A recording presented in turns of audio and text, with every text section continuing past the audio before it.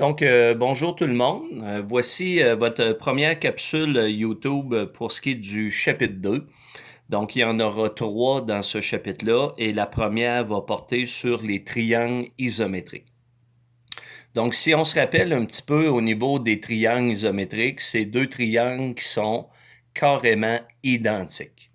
C'est-à-dire qui ont les mêmes mesures de côté. Comme dans ce cas-ci, on prend les deux triangles suivants.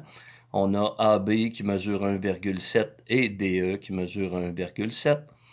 BC qui est à 3,1 et EF qui est à 3,1. Et finalement, AC qui mesure 3,2 ainsi que DF qui est à 3,2.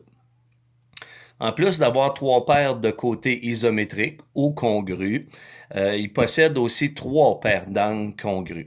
Fait qu'à ce moment-là, on peut bien voir dans cet exemple-ci qu'il y a deux angles de 80, deux angles de 70 et deux angles de 30 degrés.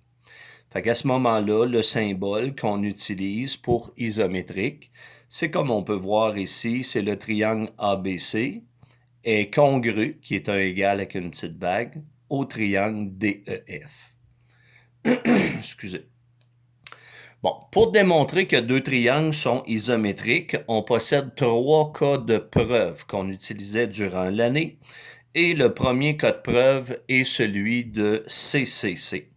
Donc, deux triangles qui ont trois paires de côtés congrus sont automatiquement isométriques. Donc, dans l'exemple suivant, c'est relativement simple. Chacun des deux triangles mesure 4, 5, 6, 4, 5, 6. Alors, ces deux triangles sont isométriques.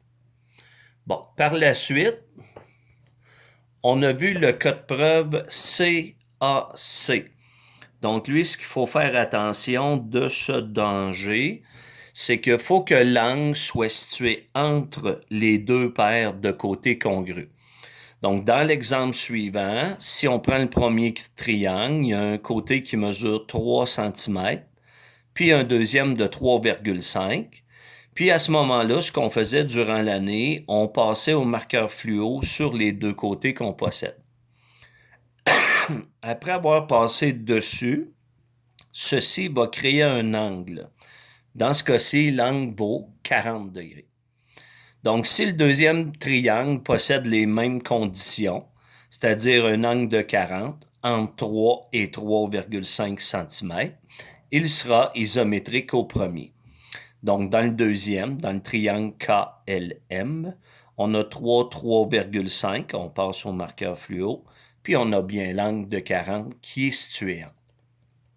Donc, si je me sers de ma main pour cacher le premier triangle qu'on avait et qu'on compare lui ici à gauche avec lui à droite, on voit bien que même si deux triangles ont deux paires de côtés congrus et une paire d'angles congrus, ils ne sont pas automatiquement isométriques. Donc, l'angle de 40, il faut qu'il soit situé aux deux endroits entre les deux côtés congrus. Donc, vu qu'ici, l'angle de 40 n'est pas entre 3 et 3,5, le triangle ABC n'est pas isométrique au triangle KLM. Finalement, dernier cas de preuve, c'est le cas de preuve ACA. Lui, c'est un petit peu le même principe. Lorsqu'on a deux paires d'angles congrus et une paire de côtés congrus qui est située entre les deux paires d'angles congrus, à ce moment-là, les deux triangles seront isométriques. Donc, si on analyse les deux triangles qu'on a ici, on a un côté de 3 cm entre deux angles de 30 degrés et 125. Donc, lui à gauche, 3 cm et entre 30 et 125. Puis, même chose pour le deuxième, 3 cm et entre 30 et 125. Sauf que si on ne place pas le côté entre les deux angles congrus, on analyse le triangle TUS par rapport au DEF. Déjà là, à l'œil, ils ne sont pas isométriques, ils ne sont pas pareils. Puis tout simplement parce que dans le premier triangle, on a mis 3 entre 125 et 30, tandis qu'ici, on n'a pas placé 3 entre 30 degrés et 125.